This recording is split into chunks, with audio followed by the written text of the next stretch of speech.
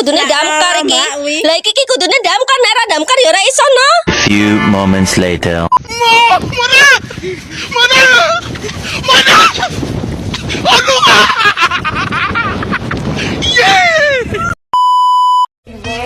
Just a feeling that I want you behind because it's something that is on. You're in my mind, I guess it goes that.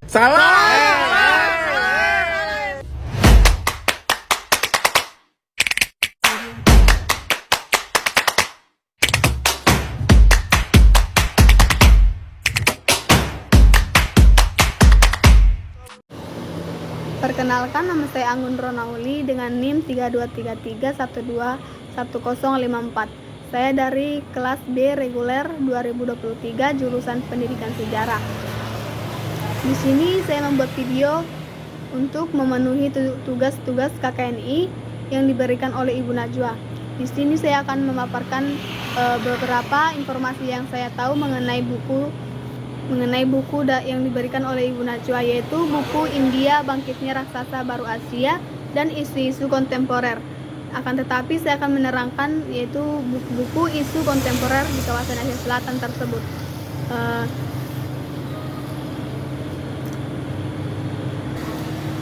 Baik, di sini saya akan mulai membahas mengenai buku isu-isu kontemporer di kawasan Asia Selatan. Bab 1, Asia Selatan sebagai studi kawasan atau yang juga dikenal sebagai regional studies menjadi salah satu subkajian yang dipelajari dalam studi hubungan internasional.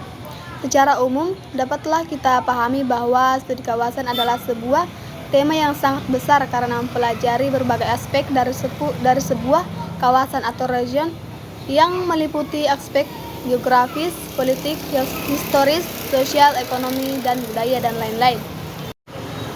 Menurut Morgenthau tahun 1952 menyatakan bahwa studi kawasan baik secara historis maupun secara analisis telah turut membentuk hubungan internasional sebagai sebuah disiplin ilmu.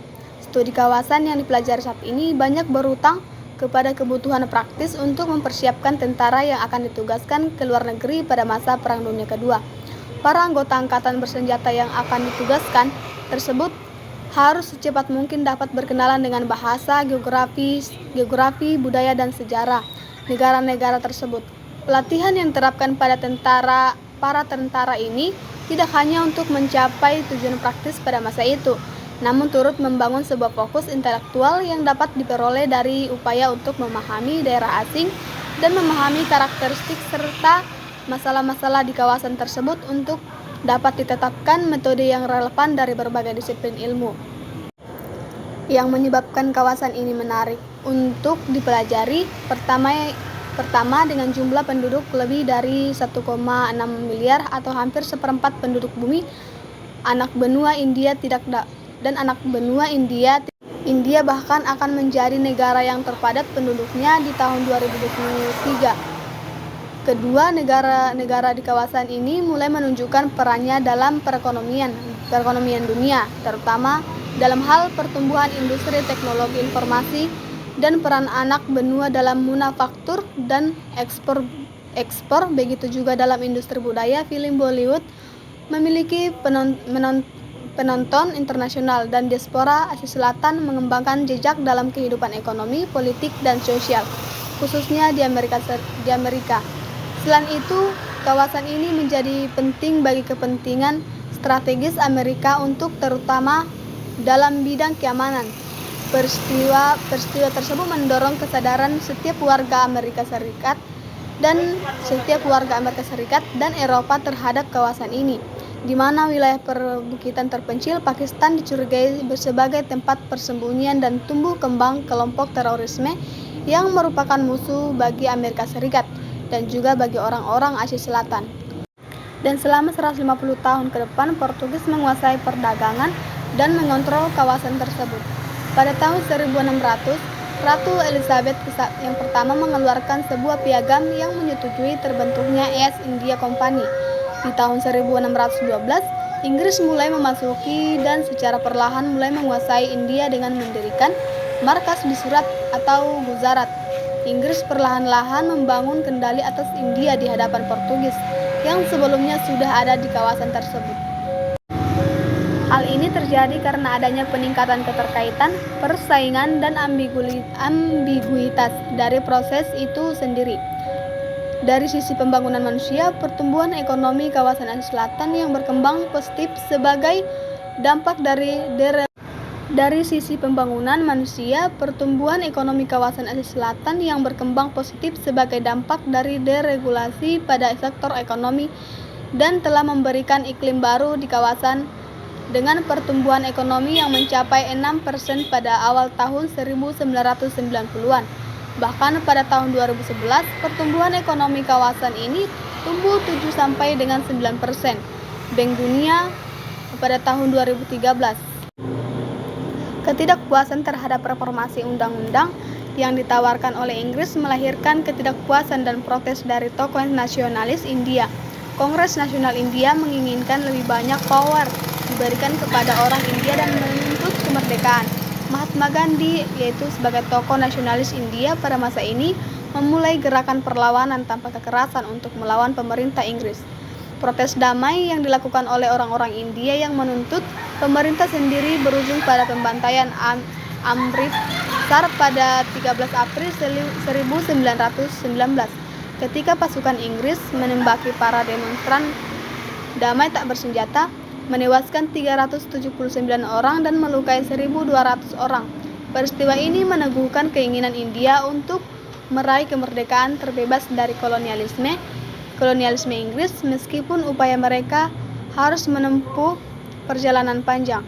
Di tahun 1929, Kongres Nasional India merancang konstitusi nasional yang ditolak oleh pemerintah Inggris perusahaan untuk meredakan kenar rakyat India dengan merancang reformasi undang-undang di 1935. Namun upaya reformasi ini terhenti dengan Monoslige Perang Dunia Kedua. Inggris membatasi kebebasan bagi orang India dan menimbulkan kemarahan orang India. Inggris membatasi kebebasan bagi orang India dan menimbulkan kemarahan pimpinan Kongres Nasional India.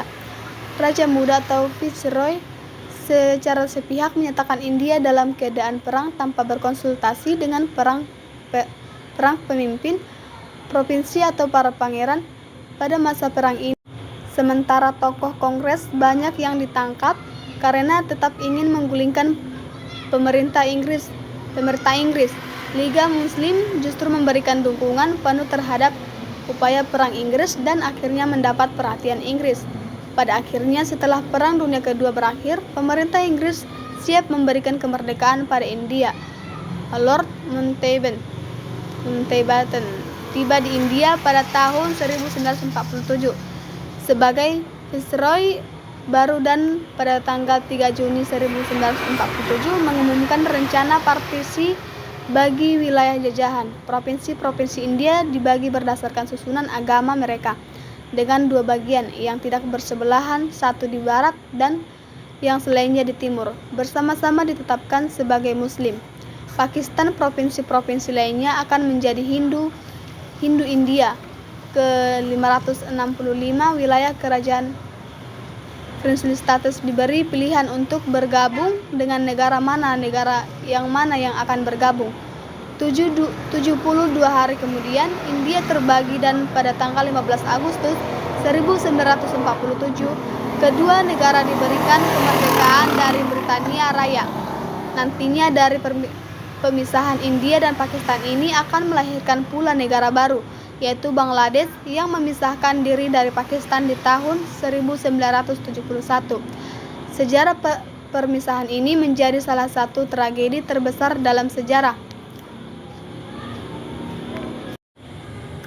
Demikian dari hasil pembahasan yang saya bahas mengenai buku isu-isu kontemporer di kawasan Asia Selatan ini.